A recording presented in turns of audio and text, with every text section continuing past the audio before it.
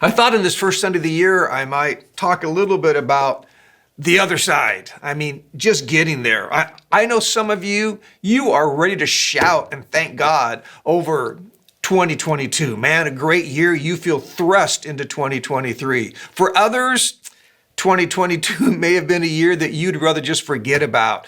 Maybe the pain, the trauma, the difficulties, you're just kind of glad to say, bye-bye 2022. And of course, to some extent, all of us, it's probably some combination of that.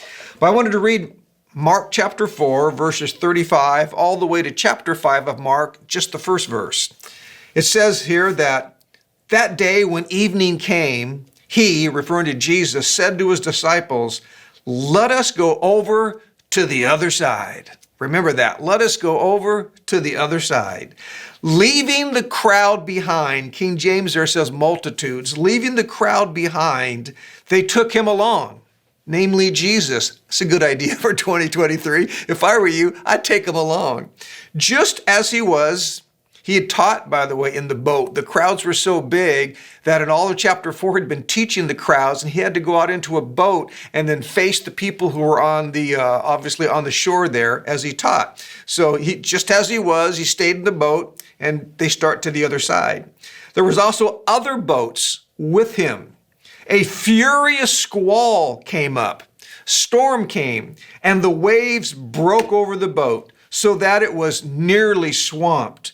Jesus was in the stern. If you're like me, I know nothing about boats. That means Jesus was in the back, sleeping on a cushion. The disciples woke him and said to him, "Teacher, don't you care if we drowned?" He got up, rebuked the wind, and said to the waves, "Quiet, be still." Then the wind died down, and it was completely calm. He said to his disciples, "Why are you so afraid? Do you still have no faith?" That might be a good question for us right now. Why be afraid of what life has to bring our way? Come on, let's exercise our faith. And it was completely calm. Verse 41 says, they were terrified. I wonder why. Because, well, here's why. It says why. They were terrified and asked each other, "Who is this?" Remember, the old King James would say, "What manner of man is this?" And they'd already seen miracles, but here's why. Even the wind and the waves obey him. He not only heals people, the blind can see, the lame can walk, teaching like we've never heard before. Even Mother Nature listens to him. Then I wanted to read the first verse of the next chapter. They went across the lake to the region of Gerasenes. In other words, they made it to the other side. Like I said a moment ago, I know a lot of you may have had a great 2022. Some maybe had a really difficult 2022. And for most of us, a mixture of both. Some of you are thinking, man, after all the hell I've been through, the ups and the downs, I'm just glad to have made it through. Some of you feel like quoting Psalm 124. That was a psalm used in worship in Israel. And it would start off by saying, if it had not been for the Lord who was on our side, in other words, if it had not been for God, man, we would have never made it.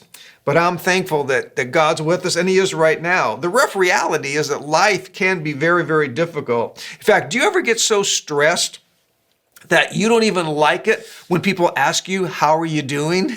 It just irritates you that they even ask you that. I'm thinking right now that sometimes if I have a lot to do and I'm kind of stressed over having to get a lot done, for example, preparing for a message, and I'm starting to get nervous about it, the pressure is on, and then Marguerite, from a good heart, comes to me and says, "Oh, well, hey, Jim, I'm praying for you." I know this sounds terrible. I'm a preacher. I'm a pastor. I've been married for over 50 years. But sometimes when Marguerite looks at me so sweetly and says, "Dear, I'm praying for you," because it just irritates me. I want to get this done. It's like, what is it, fingernails scraping on a chalkboard. Is anyone here ready for something new, something red? Some of you are just thinking, man, look, brother, all I want to do is make it through this and get to the other side. And it's interesting because some of the same things we're excited about at the start of a year or at the start of a new season in our lives become the very same things that stress us out and we just now want to get through. I mean, come on. Most people, they start off the marriage pretty good, or maybe have a new relationship and a new boo. Is that what they say today? Maybe you have a new job, a new hobby. Maybe you've discovered golf or whatever. A new place to eat. And at first, but then pretty soon the same thing that starts off as a blessing, new and fresh, becomes something that we just want to make it through to the other side. I know someone watching me right now, you're thinking, man, I was so excited when I first found out I was going to have a kid. But now I've been pregnant for so many months. I just want to get to the other side. Some of you, I may have had a report where you're having to fight some cancer, and so you're starting to go through the chemo. And I know I've talked to so many people, and they say, look, Pastor, all I want is to get through this chemo. I'm believing God for healing, but honestly, at this point, I just want to make it through. If any of you are football fans, particularly Los Angeles Ram fan right now, you're thinking, I can't wait for this season to be over. Just get through it. Think about the fall, man. Super Bowl champs last year, and this year, not only are they not going to go to the Super Bowl, they're not very good. Now, you may not be a sports fan, but is anyone out there right now thinking, I am so glad that this season is over. Bye-bye 2022. I'm looking forward to 2023. I'm believing that something's better is on the way. I mean, something that pays me more, someone who loves me more, someone who appreciates me more. Maybe you're just thinking, I just need someone or something that's more stable in my life. I'm tired of always feeling like my whole life is on rocky ground. I'm about ready to fall off the cliff mentally, emotionally, spiritually. Well, you know what? If I know life like I know life at my age now, I got to tell you that whatever 2023 has in store for you, and I believe God has plans to prosper, not to harm you, to give you hope and a future, I can promise you, as we just read, that between now and your destination is going to be a storm. Maybe a few storms, a little bit of heartache, some disappointment.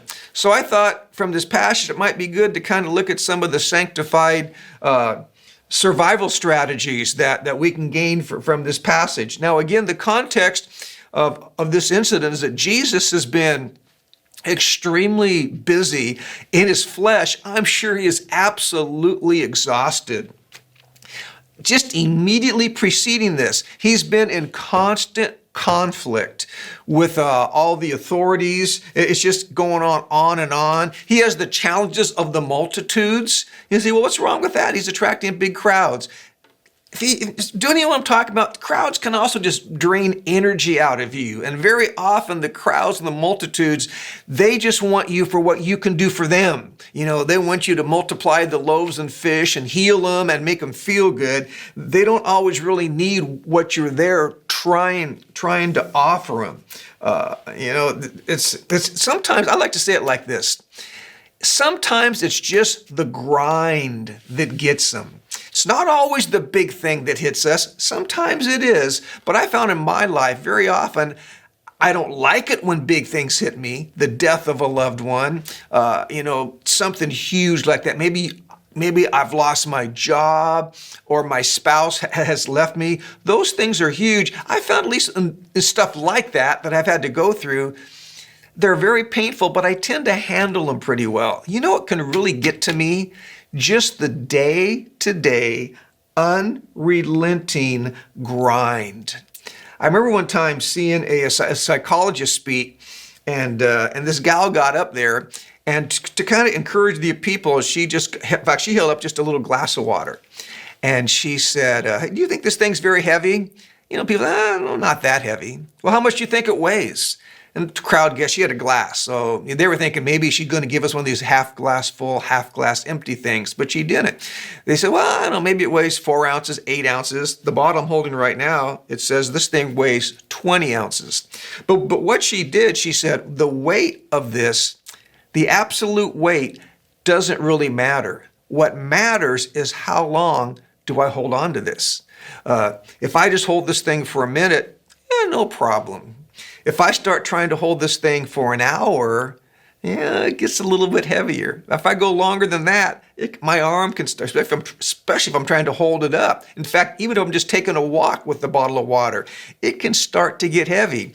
And if you hold on to this, day after day after day and don't let it go, it becomes an absolutely enormous problem. And of course, as you might guess, she compared that to the stresses that we face in life. Sometimes it's just the unrelenting, or like in a storm, think about waves just buffeting a boat. And maybe that wave's not a tidal wave. No one wave is going to take you out, but that dumb storm just won't stop. It's the grind that gets them. So what are some of the pieces of advice that we can glean from this passage that'll help us have this year be everything that God wants it to be for us? I think I have 3 thoughts here, so I'll throw them out to you. Number 1, I want to encourage you to don't let the itinerary keep you from focusing and arriving at your destination. Let me say that again. Don't let the moment-to-moment, day-to-day itinerary discourage you and keep you from getting to your destination. I know y'all know that there's a difference between your destination and the itinerary. If you're like me, I'm always interested. If I'm going to take a trip, well, yeah, but what's the itinerary? If I'm going to go to Europe for, 2 weeks or 10 days, well, where are we going to go? What's going to happen? I'd like to know the itinerary. We get like that with life. We want to know what's going to happen. In this case, as we go through life, there is no itinerary, and the storm was not on their minds. When they had heard Jesus teach, they're heading over there. They weren't expecting that storm. Before I forget to say it, by the way, because some of you right now, it's just the first few moments of the year, and maybe lingering from last year, or already in this year, you've been thrust into storms that are just like, oh man, don't tell me things are going to be like this. I want to encourage you, don't let the current chapter of your life become the defining chapter. I'll never forget when I was talking to a family in our church that had tragically lost a child. And I was talking to them, trying to encourage them. But they said something to me, and I know it's not original, but they're the ones I remember saying it to me. They said, Pastor, we're doing our best. And by the way, they were doing great at this. At what? At this. We're doing our best to not let the pain of losing this child become the defining moment of our lives. We don't want this to be the chapter of the book that becomes the chapter everyone thinks about when they think about us. Now that's a challenge, man. When you lose a child but that you love dearly, that's a challenge. But even then, don't let that happen. I don't know why I said that right there, but you need to have an encouraging word from God. You need to keep moving. In our story here, especially the way the King James Bible words it, they're on their way to go to the other side because Jesus said, let's go over there. On their way, a storm hits, and you know what happens? Water is getting in the boat. So water gets in the boat. The waves are rocking the boat, and the wind is blowing against and beating the boat. Let me paint this picture for you again. Water's getting in, which could sink them. Waves are rocking the boat, and this isn't just a little bit of gentle rocking, and the wind is beating against them. Implication, trying to keep them from where they're trying to go. Water's getting in, waves are rocking, and wind is blowing against them. Water's getting in, waves are rocking, and the wind is beating against them. So, the group, Jesus' boys, they go, we in trouble. And they start to panic. Then they remember that Jesus is in the boat. Again, don't go through 2023 without Jesus in your boat. And they go, where is he? They go, hey, he's in the back and he's still sleeping. Preachers go off on that. We could have a lot of fun with that right now. But Jesus is sleeping through a storm like this. Why? I would suggest to you one reason why is because in his flesh, sometimes we forget because he's the Son of God, that Jesus was also fully, I repeat, fully human. So I think one reason he was sleeping is because he was just absolutely exhausted from all that had been going on for the last few days. Heard a preacher say one time, sometimes the most spiritual thing you can do is take a nap. I hope not right now, but there have been times in my life when I'm so exhausted and I don't take as many naps as I used to, but sometimes I'll come home now and I have to lay down for a nap. Rather than feeling guilty, I remember that word from a preacher friend of mine in my youth. He said, sometimes the most spiritual thing you can do is take a nap. Jesus was taking a nap. And the other part is I don't think Jesus was nervous because he knew the destination. And nothing in the itinerary would ever keep them away from that destination. Now, when they woke him up, the first thing he did, I don't know, maybe the first thing he did was kind of go, stretch out, I don't know, but he rebuked the wind and the waves and the storm. He rebuked the storm. He didn't even talk to them first. He talked to the storm. And I'm sure the storm kind of went, but Jesus, we didn't know you were in the boat. Our bad. We didn't know. Boom, they stopped. The Bible even emphasizes that it became very, very calm, which is, again, why his boys in a few moments were absolutely astounded and amazed. Then, after rebuking the storm, he looks at his disciples and he gives sort of a gentle to maybe not so gentle word of correction. He was like, hey, what's up with you guys? Do you still, after all I've done, you still have this little faith? All it takes is a storm. All it takes is a little bit of water coming into your boat, waves rocking the boat, and winds blowing against where you're trying to get in life, and you want to give up? All it takes is a few haters on your social media accounts, and you're about ready to throw in the towel and give up? All it takes is some gossip in the workplace. All it takes is someone talking bad about you, and you're going to throw in the towel? No, man. He says, don't be afraid. I would say to you, look at me, you have everything you need to overcome any and every storm to reach your destination. Because if Jesus said we're going to go there, we're going to go there no matter what hits us. To make it to the other side, we have to make sure that no matter what the day-to-day, moment-to-moment itinerary looks like, we stay focused on the destination and have confidence in God. Here's another big one. Number 2, we have to leave the crowd, leave the multitude. You ever heard this before? If success were easy, everyone would be successful. If marriage were easy, everyone would have a great marriage. If launching a business and being an entrepreneur were easy, everyone would have launched a business and become super successful. Life is just difficult sometimes, and some of y'all can't shake the multitude. I think it's amusing that when I'm reading the news, from all the different political viewpoints, they will often use the phrase, Twitter erupts. So if someone says something that this particular news channel doesn't like, Fox News is going to, they're going to quote Twitter that support them, or CNN and MSNBC on the other side, they go, Twitter erupts. And that's the modern day version of the crowd. That's the modern day version of the multitude. And listen to me, not everybody, please hear this. This may be the most important thing you hear on this first Sunday of 2023. Not everybody is called or qualified to cross over with you. Not everybody is supposed to be in the boat with you to get to where God has called you to be. Some people this year in 2023 are going to have to stay on the shore. Do you know this? The wrong people, maybe before it didn't matter that much, but the wrong people in your life will not help you during a storm.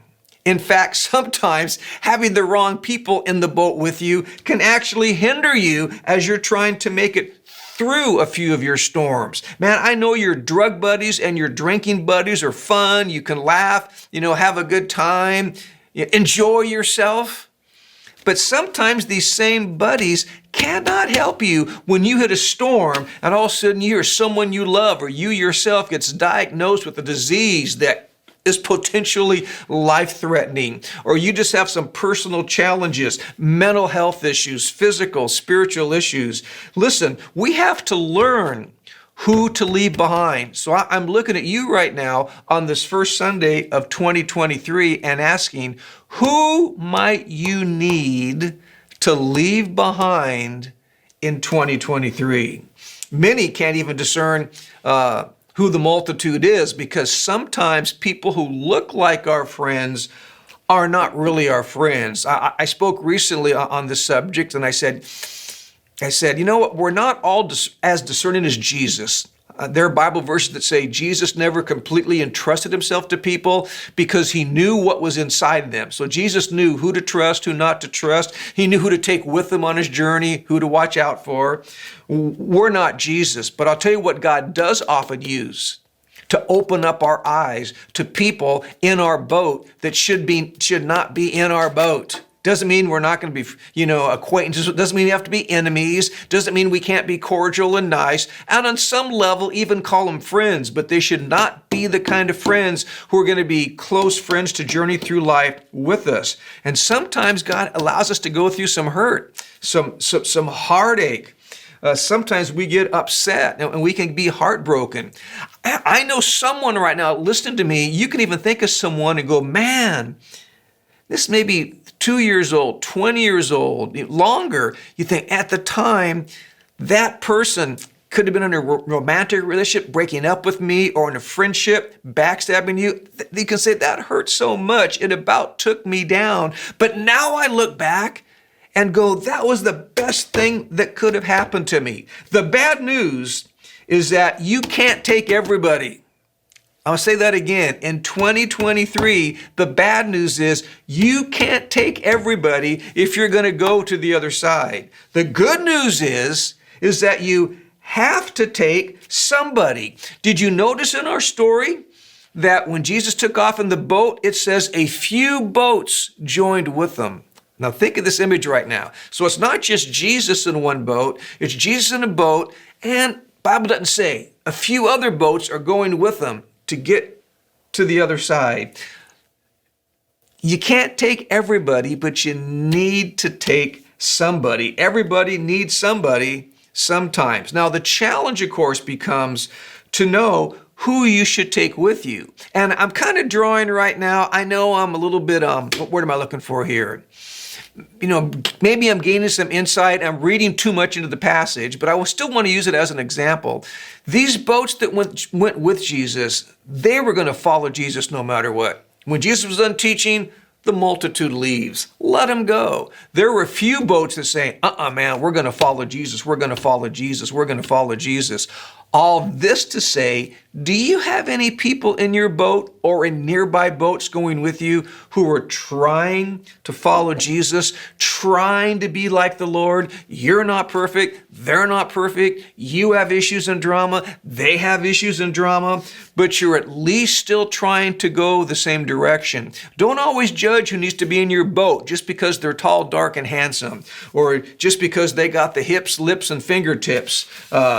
They were there. The final thing. So I've told you a couple things so far. I've said, don't let the daily itinerary keep you from focusing in on your destination. I've said sometimes you have to leave the multitude. And the last thing I'll say to tell you today, and this is obvious, this is kindergarten level. It is milk, as the writer of Hebrews would say, and not meat. But man, is it critical. By the way, don't ever undervalue the foundations, the simple truths. Pastor, I like the deep stuff. I do too. My favorite coach of any sport ever was John Wooden. And John Wooden of the UCLA Bruins and the basketball program would start every year by teaching his players simple things like, someone will still talk about this, how to properly tie your shoes. Teaching college-age players like Kareem Abdul-Jabbar and others that would become superstars in the NBA how to tie their shoes, how to correctly dribble a basketball. He would start with that every single year. So just because I say this point is, foundational level, don't undervalue it. So my third point is this: talk to Jesus. Pray. How many times have you heard me say over the years, we can and should do other things than pray, but nothing without prayer. That's why when believers put on social media after a shooting someplace, man, praying for whatever that city is, and then we just get attacked by the world. They're saying profanity-laced things like, forget your prayers, blah, blah, blah. I get that, but I'm not saying we should just pray. So if you want to fight for gun control or fight for gun rights, whatever your particular political persuasion is, whatever. But Christians, if you're a believer, we can and should do other things but pray, but nothing without prayer. See, when they remembered Jesus was in the boat, they talked to him. And I think what they said is actually kind of funny, because they go up to Jesus and they go, don't you care that we are perishing, that we're going to drown? Don't you care that we're going to die? Now, that word we, maybe they're referring to we except for you, Jesus, but when you use we with someone, you're including them. So they're actually saying to Jesus, Jesus, don't you care that you're going to die? Don't you care that the storm has hit this boat that you're in and you going down with us? Don't you care about us? Don't you care about yourself? I wonder what Jesus must think sometimes. I'm sure he never thought that. If I were Jesus, I would think like, do you guys really think I came all this way to die in a storm on the lake? He says, this isn't why I came. In fact, on the other side, I said we're going to go to the other side, because on the other side is a demon-possessed man who needs deliverance. On the other side is a woman with an issue of blood that she has spent her life savings trying to get rid of. And the doctors, all the king's horses and all the king's men could not help her. But we're going to help her. On the other side is a blind Bartimaeus, just waiting for help. On the other side is a man laying by the pool of Bethesda, paralyzed, who doesn't even think he could ever be healed.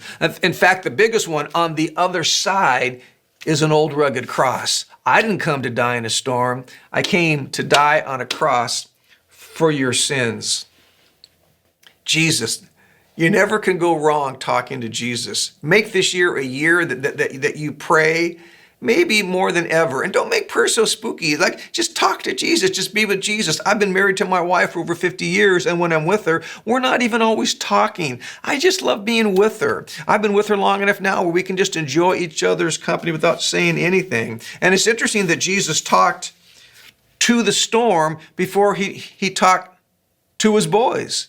I would think with Jesus, he shouldn't say, okay, guys, okay, I'll take care of it. Don't panic. And then he stills the storm. No, he talked to the storm first. Why? I think a couple reasons why. Number one, he had already told them. He says, we're going to the other side. I already told you that we're going to get here. So let me talk to the storm first. Sometimes we have to remember what Jesus has already told us. Let me say that again. Sometimes we need to remember what Jesus has already told you. Some of you need to look in the mirror right now and tell yourself. The Bible says King David encouraged himself in the Lord on one occasion. Well, some of you need to look yourself in the mirror and say, I got to remember that God told me no weapon formed against me is going to prosper. Look at yourself and you think, even before the shutdown, even before the inflation hit and economic turmoil right now, God promised me that he would supply all of my needs according to his riches in Christ Jesus. When all hell breaks loose in my life, I have to remember that God has already told me that he will work all things together for my good if I continue to love him and walk according to his purpose. You do know that, don't you, by the way? The Bible never promises that God works everything together for good for everybody. It says God weaves all things, good and bad, together for the good of those who love him and who are called according to his purpose. I'm guessing sometimes storms are a really good classroom.